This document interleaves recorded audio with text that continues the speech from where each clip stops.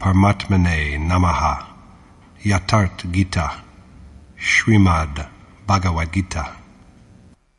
Chapter 17. The Yoga of Threefold Faith. Yogeshwar Krishna explicitly said at the end of chapter 16 that the action which he has repeatedly spoken of commences only after the renunciation of desire, anger, and greed. It is the action without accomplishing which there is neither happiness nor perfection, nor the final beatitude. Scripture is therefore the authority to fall back upon whenever we are faced by the dilemma of that which is worthy of being done and that which is unworthy, of that which we should do and that which we should not. And that Scripture is the Gita, the epitome of the most esoteric knowledge. There are other scriptures also, but it is of the utmost importance that we always keep our eyes fixed on the Gita. If we seek elsewhere, we may stray, for the systematic, straight approach of the Gita is not to be found anywhere else. Thereafter, Arjuna asks the Lord to enlighten him on the state of persons who worship in contravention of the scriptural ordinance, although with staunch faith. Are they sattviki, rajasi, or tamasi? Are they righteous, impassioned, or diabolical? Arjuna wishes to be enlightened on this because he has learnt earlier that whatever be the property, sattva, rajas, or tamas, it is determined by the nature of one's birth. It is for this reason that at the very outset of the chapter he raises this question.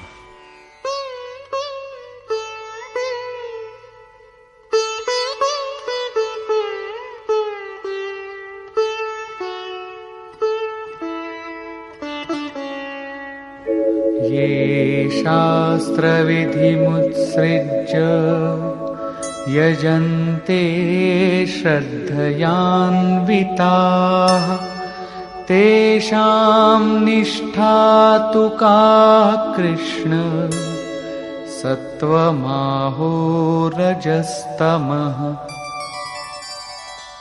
Arjuna said, "What, O Krishna, is the property, sattva, rajas, or tamas, of persons who albeit worship with faith, but in disregard of the scriptural ordinance?" To resolve Arjuna's doubt, Krishna then classifies faith also as being of three kinds.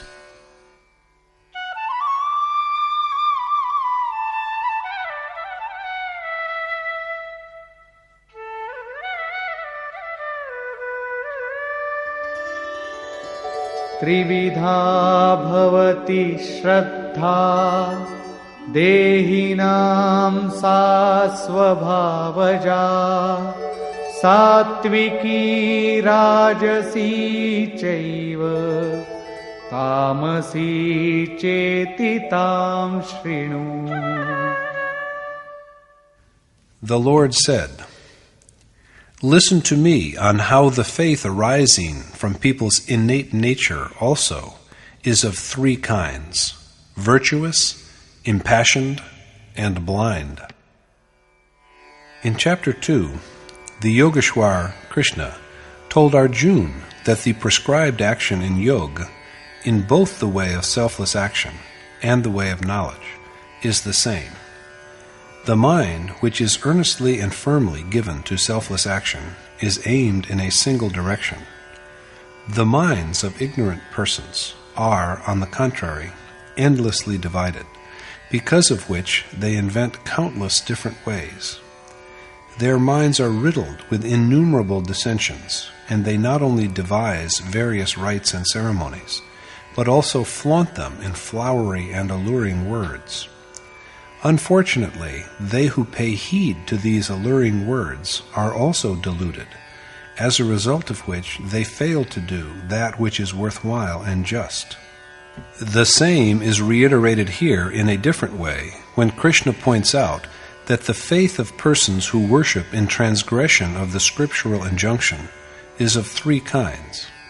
The current of faith flowing in the human heart is either good or fervent or insensible.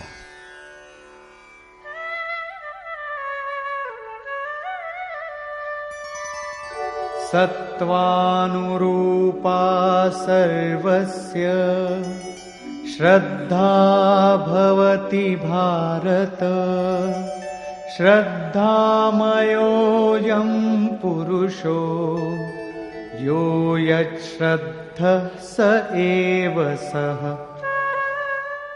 Since the faith of all people, O Bharat Arjun, is according to their inherent propensity, and man is reverent, he is what his faith is.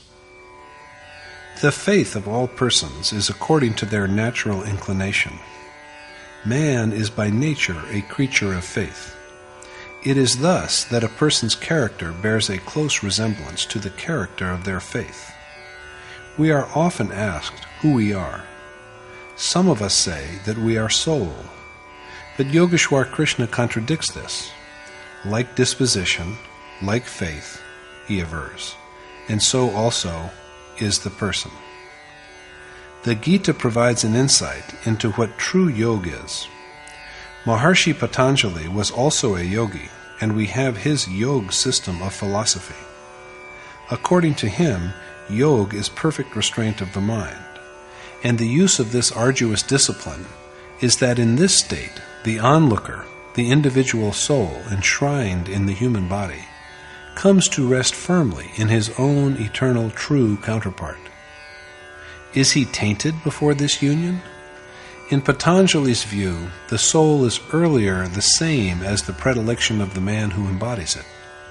And Krishna now affirms that man is naturally endowed with the quality of faith, indeed, totally immersed in it. There is some dedication in him, and he is molded by the character of his faith. A man is what his natural inclination is. At this point, Krishna proceeds to catalogue the three kinds of faith.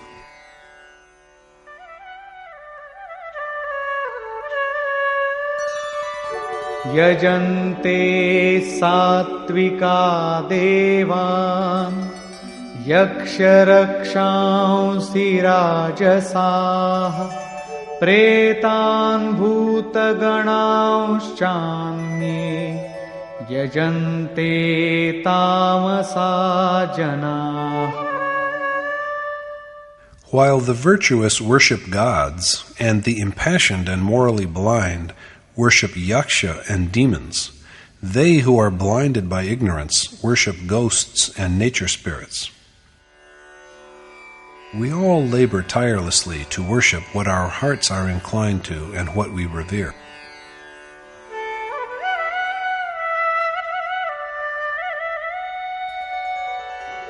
Ashastra vihitam ghoram tapyante ye tapo janaha dambhahankara sayuktaha kamaraga balanvitaha karshayantah sharirastham bhutagramamachetasah mam chaivantah sharirastham tan vidhyasura nishchayan. Mark you that they who undergo terrible self-mortification without scriptural sanction, and are afflicted with hypocrisy and arrogance, besides lust, attachment, and vanity of power, and who wear out not only the elements that form their bodies, but also me who dwells in their souls. These are ignorant men with evil disposition.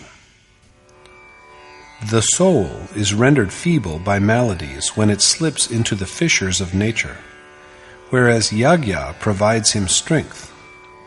Arjuna is therefore counseled to regard the ignorant, insensible people who do injury to the soul as unquestionably demoniacal. Thus is resolved the issue raised by Arjuna. Righteous persons who have forsaken the way shown by Scripture worship gods. They who are driven by passions worship yaksha and demons. And the ignorant pray and bow to ghosts and spirits. They not only worship, but indulge in the most agonizing exercises of penance. According to Krishna, however, these acts of self-mortification only sap the elements that make up their bodies and the God within their soul. Thus, instead of adoring the one true God and partaking of His divinity, they only further distance themselves from Him. These persons ought to be regarded as evil. This implies that even worshippers of gods are evil. There could be no stronger way of putting across the idea. So let us resolve to only adore and pray to and worship that Supreme Being of whom all these, the many gods, yaksha, demons, ghosts, and spirits, are no more than tiny fractions. This has been repeatedly emphasized by Krishna.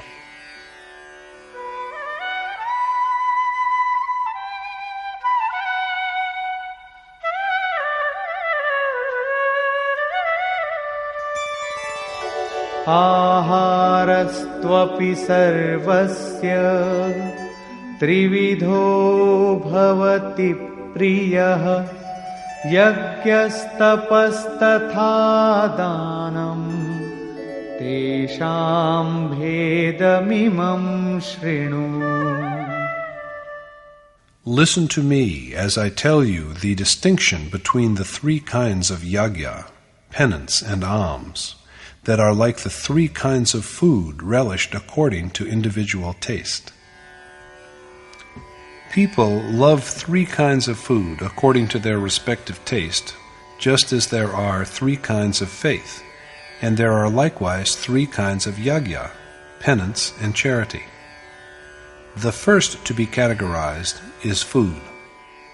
Ayuh sattva balarogya Sukha priti vivardhana Rasya snigdha sthiraritya Ahara satvika priya.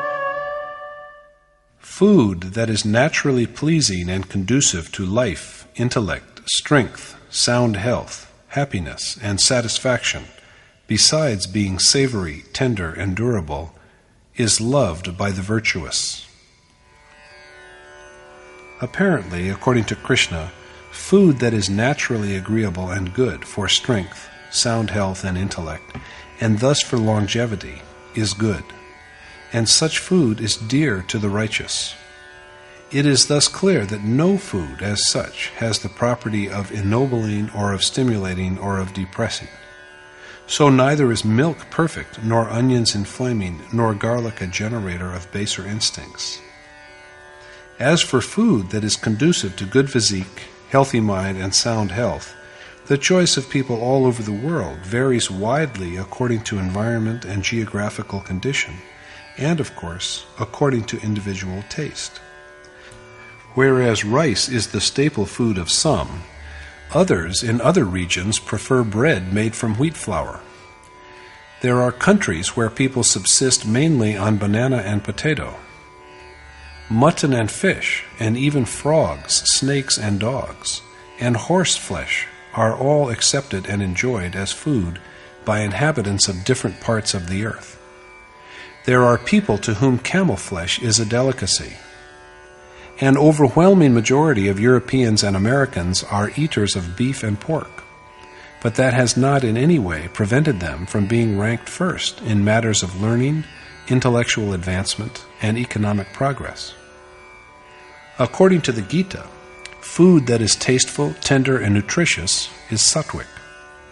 That food is good which is congenial and favorable to long life, strengthening of both body and mind, and to sound health. But it is also laid down that food that is naturally relished is good. So there is no use saying that this food is pious while that is impious. The only tenable view is that that food is good which is in keeping with the local situation, surroundings, place, and time, and which provides the required nourishment. The use of an object, rather than the object itself, is what makes it good, morally objectionable, or evil. So it is that food and drinks, such as meat and alcoholic beverages, are uncongenial to a person who has renounced their home and family and taken up the life of a sannyasi renunciate engaged in meditation upon God. Experience demonstrates that such victuals result in a state of mind that is inimical to spiritual discipline. There is always a possibility that such food and drinks will lead the seeker astray from the way of attainment. So they who have chosen a life of seclusion because of their disenchantment with worldly passions had better keep in mind the advice about food that Krishna has offered in Chapter 6. The proper thing to do is to eat and drink only that which is favorable to worship and adoration of God.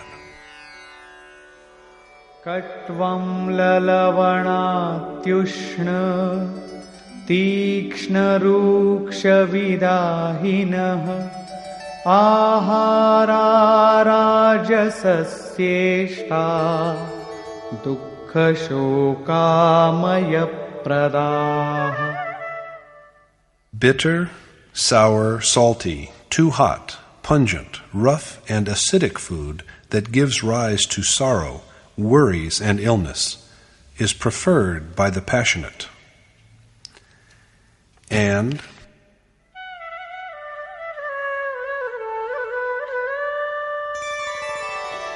यातयामं गतरसं पूतिपर्युषितं च यत् उच्छिष्टमपि चामेध्यं भोजनं तामसप्रियम्. Food that is half-cooked, unsavory, odorous, stale, left over, and defiled is liked by persons with a dull sensibility. The discussion of food is now closed, and that of the next subject, namely yagya, is taken up.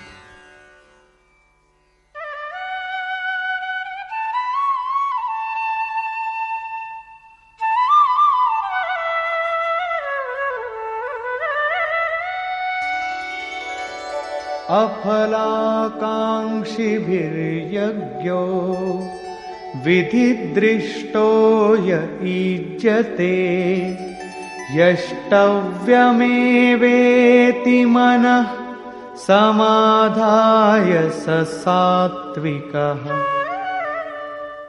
Yagya that has scriptural sanction, and the performance of which is an obligation, is fitting and auspicious when it is practiced by persons with intent minds who aspire to no reward.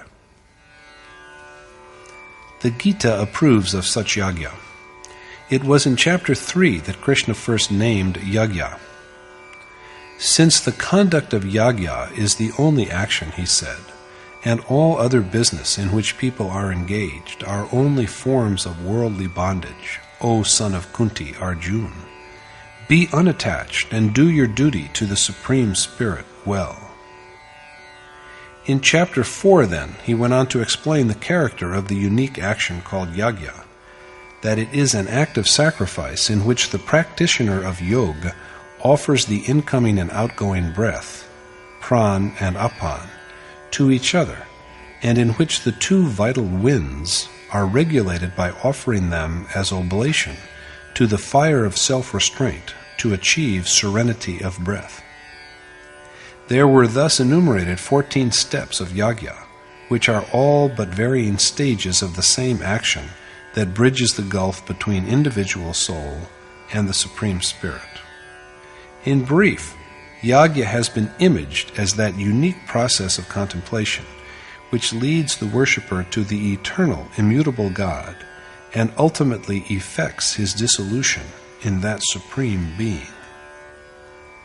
Krishna again points to the same holy injunction when he lays it down that the yagya that is decreed by Scripture, and the performance of which is a duty and which restrains the mind, is the yagya of excellence when it is undertaken by persons who do not desire any fruit of their endeavors.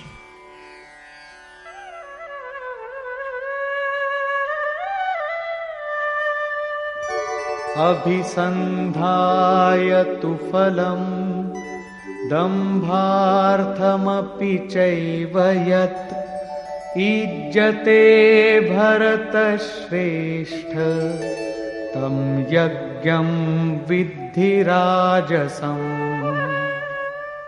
And, O the unequaled among Bharat, Arjun, be it known to you that the yagya which is embarked upon for mere ostentation, or even with a view to some reward, is contaminated by passion and moral blindness. The one who sets about thus is versed in the precept of yagya, but he is in fact unrighteous and obsessed because he performs yagya either to flaunt his virtue and win admiration, or with the design of securing some profit. Krishna then points out the features of the most inferior kind of yagya.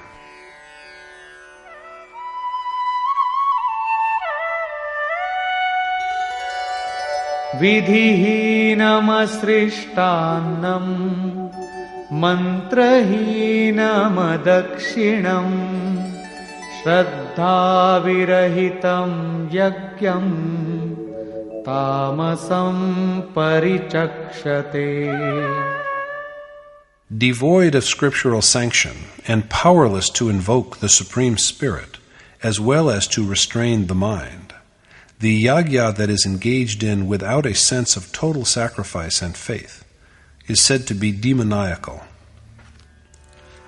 Unsupported by scriptural authority and incapable of generating even food, the lowest form in which God is manifested, and of restraining the mind, and possessed of neither the urge to make sacred offerings, the will for total self-surrender, nor true devotion, this form of yagya is rightly said to be of the most inferior kind. Therefore, the person who undertakes it does not have even the faintest glimmering of true yagya. Krishna next remarks upon the question of penance.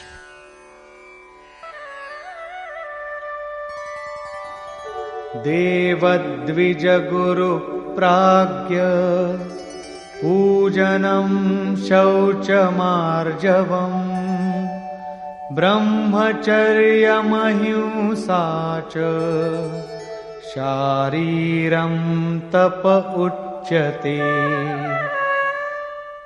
Adoration of God, the twice-born, the teacher-preceptor, and of the learned, along with having the qualities of innocence, uprightness, chastity, and disinclination to violence, are said to be penance of the body. The body ever strays towards its desires, so chastening it to make it abide by the predisposition of the soul is physical penance.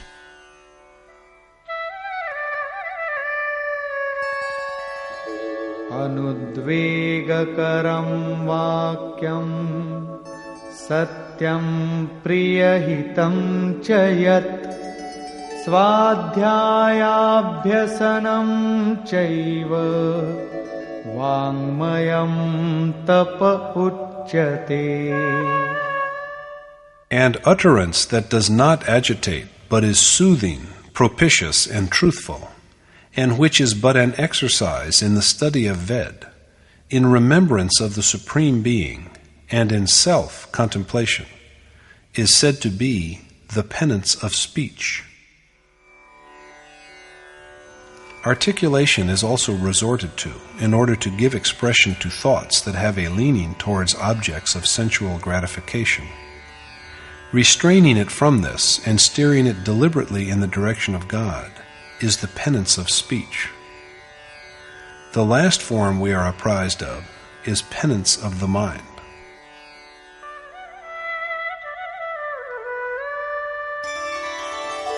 मनः प्रसादः सौम्यत्वं मौनमात्मविनिग्रहः भावसंशुद्धिरित्येतत् तपो मानसमुच्यते. Affable temperament, tranquility, silent meditation, self-possession, inner purity, and the like are said to be penance of the mind. Simultaneous practice of the three kinds of penance, of body, speech, and mind, is the truly worthwhile penance.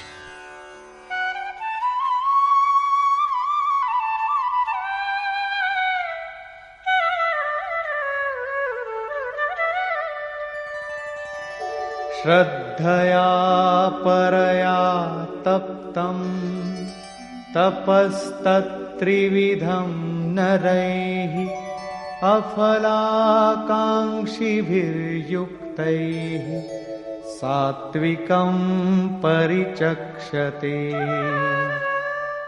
The threefold types of penance, undergone with utmost faith by selfless persons who do not desire any fruit thereof, is said to be truly righteous.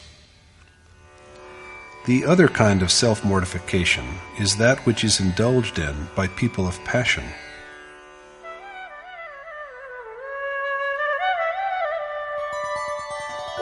सत्कारमान तपोदम्भेन चैव यत् क्रियते तदिह प्रोक्तं राजसं चलमध्रुवम्. And if undergone with the purpose of gaining homage, honor, and adoration, or for mere display, penance is unsteady and ephemeral, and is said to have the property of rajas. And so now we come to the penance of the most depraved kind, the one which is deemed evil.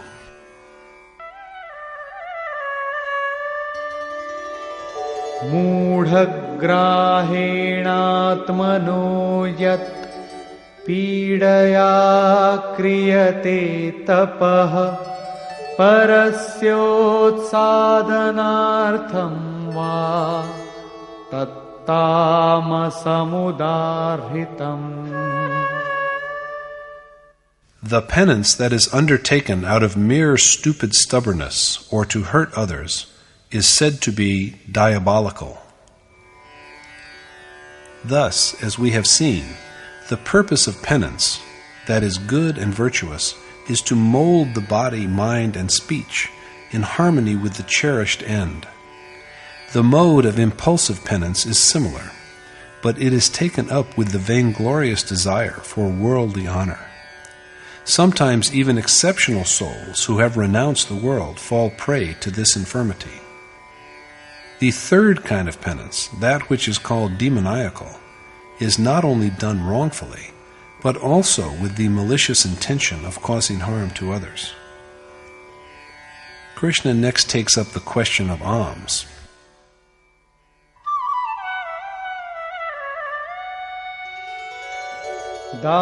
दातव्यमिति यद्दानं दीयतेऽनुपकारिणे देशे काले च पात्रे च तद्दानं सात्विकं स्मृतम्. And the alms that are given to the right person at the right place and time, and in the spirit that charity is a bounden duty, done without any expectation, are said to be good. However, charity that is grievous because it is done under coercion, or with expectation of some favor or reward, is of the impassioned kind.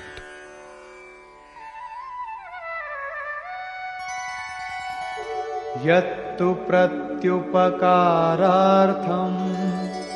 फलमुद्दिश्य वा पुनः दीयते च परिक्लिष्टं तद्दानं राजसं स्मृतम्.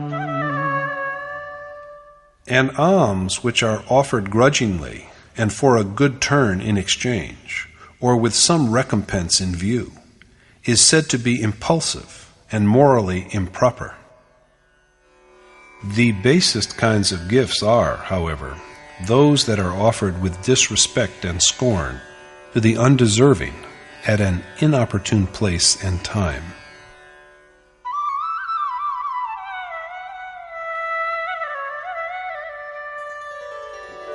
Adeshakale yaddanam apatrebhyascha diyate asatkritam avagyatam tattamasamudaritam.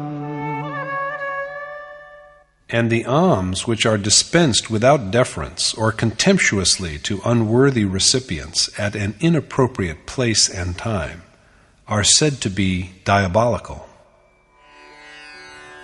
The revered Maharajaji would always tell us, bear it in mind that the donor is wrecked if he gives alms to the undeserving. Similar to this is Krishna's observation that charity is worthwhile only if it is directed at a suitable place and time, at the meritorious, with true generosity, and without any desire for a reciprocal favor. Gifts that are offered reluctantly and with an eye on some profit in return are morally flawed, while alms that are given irreverently and with scorn to the undeserving are positively evil. Though generically they are all gifts, almsgiving by persons who renounce their desires, home, and all, and place their trust in God alone, is of a higher order, for charity of this kind implies a total surrender by a mind that has been purged of all cravings. Krishna approves of this form of charity as an indispensable necessity. Krishna at last enlightens Arjuna on the significance of Om, Tat, and Sat.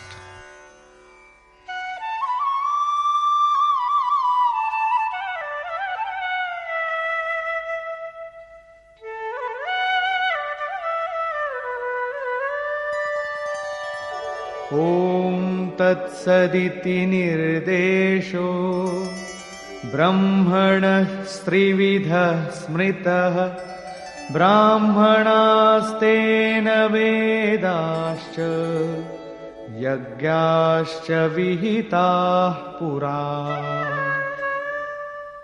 Om, Tat, and Sat are three epithets used for the Supreme Being, from whom at the outset there came forth the Brahman, Ved, and Yagya.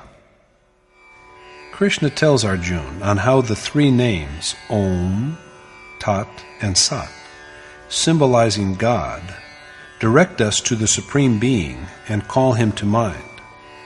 It is He who at the beginning created the Brahman, the Ved, and Yagya. That is to say that Brahmin, the Ved, and Yagya are all born from Om, the symbol of Brahm. Thus it could also be said that they have all ensued from Yog.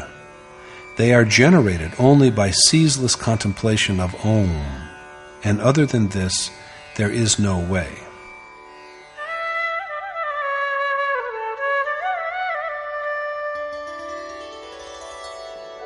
Tasmado mityudaritya yagyadana tapah kriyah pravartante vidhanokta satatam brahmavadinam. It is hence that the deeds of yagya, charity, and penance, as ordained by Scripture, are always initiated by the devotees of Ved with the resonant utterance of the syllable Om. It is owing to this that performance of the ordained worship, benevolence, and penance by persons who concern themselves with God ever commences with an articulation of the sacred Om, for this utterance reminds one of that Supreme Being. Krishna then elaborates the meaning and use of Tat.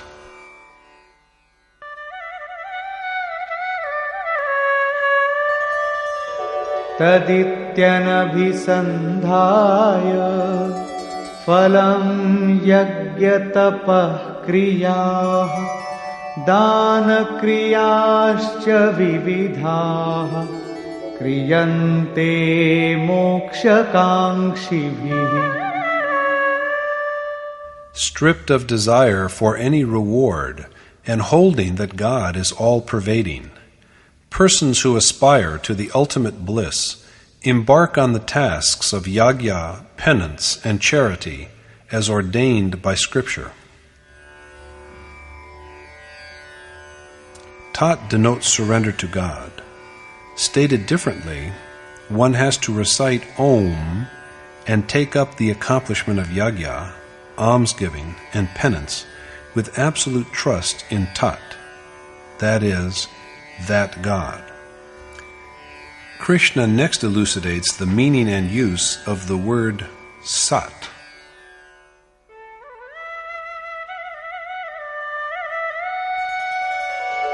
सद्भावे साधुभावे च सदित्येतत् प्रयुज्यते प्रशस्ते कर्मणि तथा सच्छब्दः पार्थयुज्यते. Sat is employed to express the ideas of truth and excellence. And, O Parth Arjun, the word is also used to denote a propitious act. At the beginning of the Gita, Arjun held forth that family traditions alone were permanent and real. That provoked Krishna to ask him how he had become a victim of such a deluded notion. That which is real is never absent at any time, and it cannot be annihilated, whereas that which is unreal has no existence at any time, and it cannot be otherwise. Now what is that which never has a being? Krishna affirmed while resolving these questions that the self alone is real, and also that the bodies of all living beings are perishable. The self is eternal, imperceptible, permanent, and immortal. This is the paramount truth. Krishna remarks that this epithet of the Supreme Being, that is, the word Sat, refers to truth and thus to the sense of perfection. Arjun is further told that the expression Sat is employed when the commencement of the undertaken task is complete in every respect and well underway. Sat by no means implies that all these objects are ours. How can things our physical bodies make use of belong to us when we are not masters of even our own persons? The application of Sat is always aimed in the same direction, of faith in the verity that the self is the most sublime reality. The word Sat is used when there is firm belief in this truth, when there is a hankering after perfection to realize this truth, and when the action that effects this realization begins to get along well. On the same subject of reality, the Yogeshwar speaks again.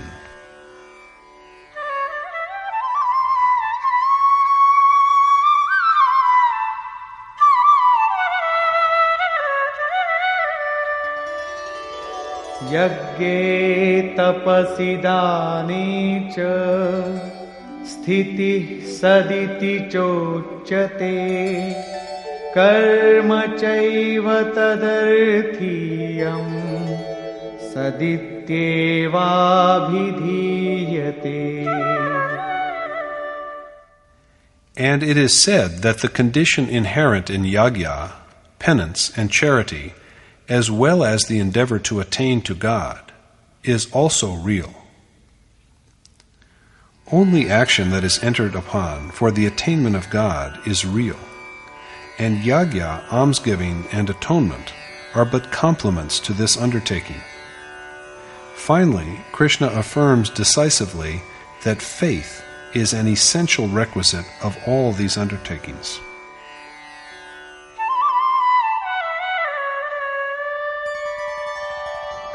अश्रद्धया हुतं दत्तं तपस्तप्तं कृतं च यत् असदित्युच्यते पार्थ न च तत्प्रेत्य no इह.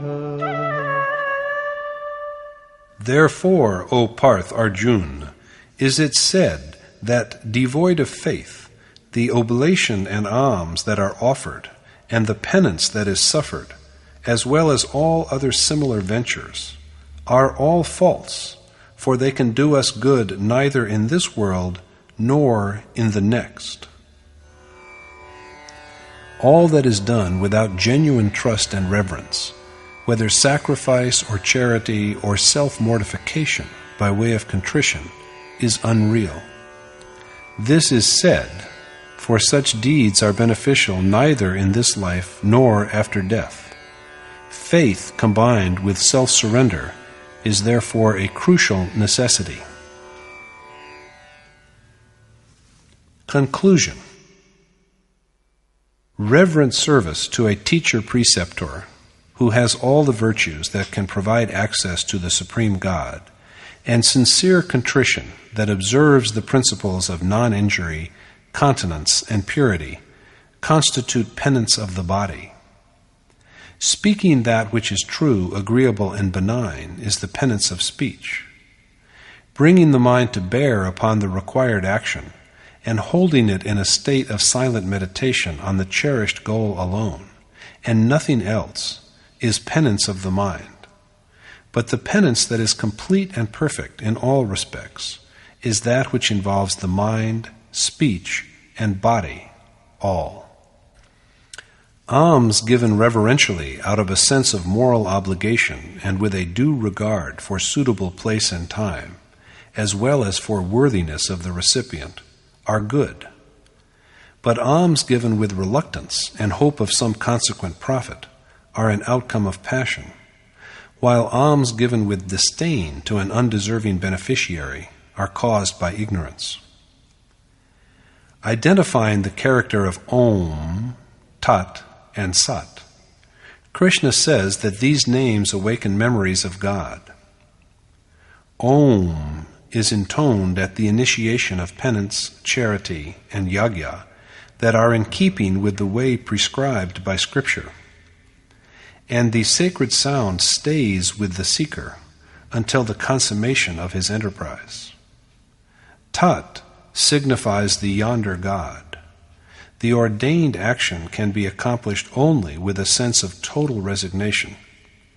And the word Sat manifests itself only when the venture has gotten well underway.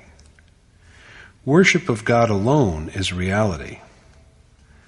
Sat is put to use when the devotee is convinced of the truth and possessed by a craving for perfection. Sat is relevant also to the final conclusion of the action, comprising yajna, charity, and penance, that is capable of taking one to God. The deeds that provide access to God are doubtlessly real, but along with all these, faith is a prime necessity. Undertaken without faith, the action that is accomplished, the alms that are given, and the fire of penance in which the worshipper has burnt himself, are all in vain, profitless both in the present life and in the lives to come. Faith is thus imperative. Thus, through the entire chapter, light is shed on faith, and in its concluding part there is attempted, for the first time in the Gita, a detailed elucidation of Om, Tat, and Sat. Thus concludes the 17th chapter in the Upanishad of Srimad Bhagavad Gita on the knowledge of the Supreme Spirit, the science of Yoga, and the dialogue between Krishna and Arjuna, entitled Om Tat Sat Shraddhatya Vibhag Yoga, or the Yoga of Threefold Faith. Thus concludes Swami Adgadanand's exposition of the 17th chapter in Yatart Gita. Hari Om Tat Sat.